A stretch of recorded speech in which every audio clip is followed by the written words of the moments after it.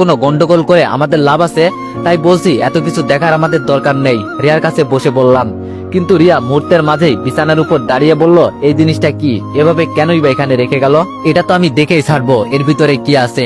এটা বলে রিয়া মাটির পাত্রের মাঝে হাত দিয়ে বলল, এটা তো অনেক ভারী, আমাকে সাহায্য কর। আমি বললাম, আমি পারবো না, তোমার ইচ্ছা হয়েছে তুমি দেখো, আমি নাই এইসবের মাঝে। রিয়া রেগে আমার কাছে এসে বলল, তুই পারবি না মানে? তোর বাপ দাদা 14 গোষ্ঠী সহ পারবে, নইলে তো জানিস কি করব।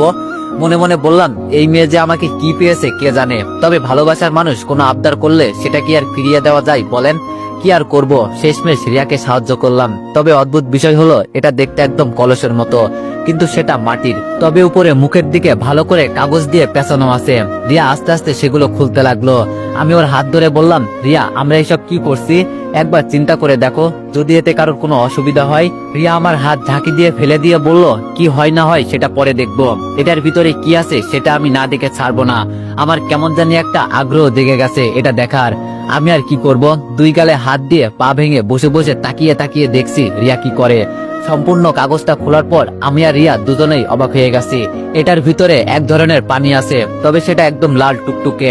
আমি এটা দেখেই বুঝে গেছি এটা দেখি রিয়া যদি এই নেশা জাতীয় পানি একবার খায় তাহলে আজকে ও তো শেষ হবেই, সাথে আমিও।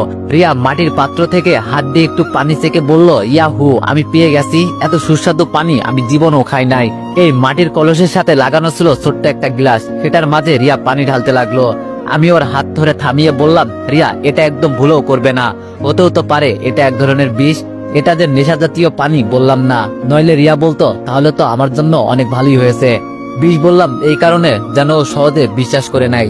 কিন্তু রিয়া আমাকে অবাক করে বলল, আমাকে আর বোকা বানানো লাগবে না, আমি সবকিছু বুঝি।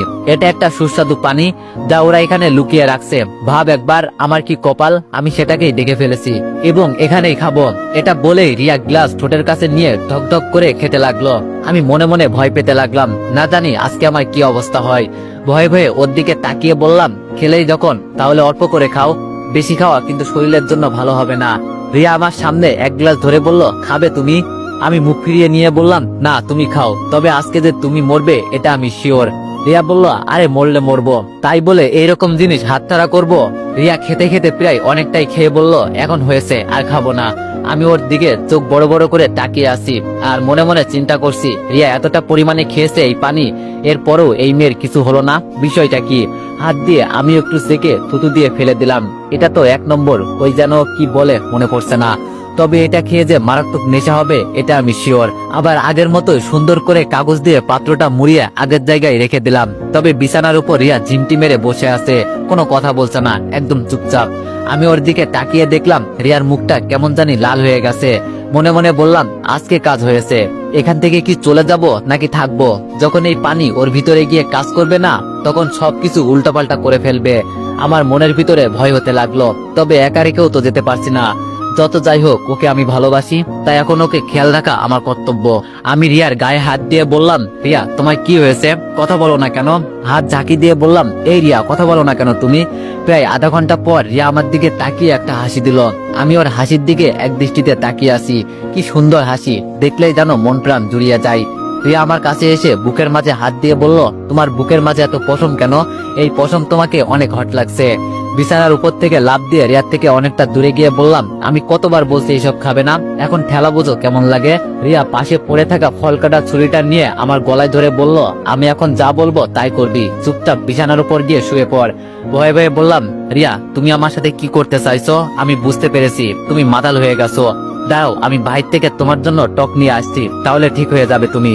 রিয়া আমাকে উল্টো ধমক দিয়ে বলল, এত কথা বলিস কেন? আমি যা বলছি তাই শোন, নইলেই দিলাম টান।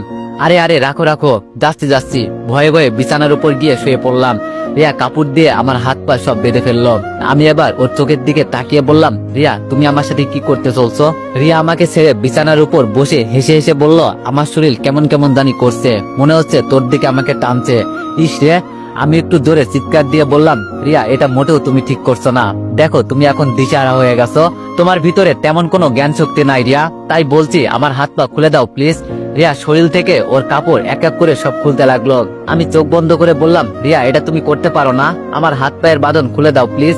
শুধু এটুকুই বললাম। পরে আর কিছু বলার সুযোগ না দিয়ে রিয়া যেটাকে ইতিহাস বলে সেটাই করলো। সকালে কারো কান্নার আওয়াজের কারণে ঘুম ভেঙে গেল। পাশে তাকিয়ে দেখি রিয়া শরীরে কম্বল পেঁচিয়ে কান্না করছে। তো এভরিওয়ান, নেক্সট পার্টের জন্য অপেক্ষা করো। ধন্যবাদ।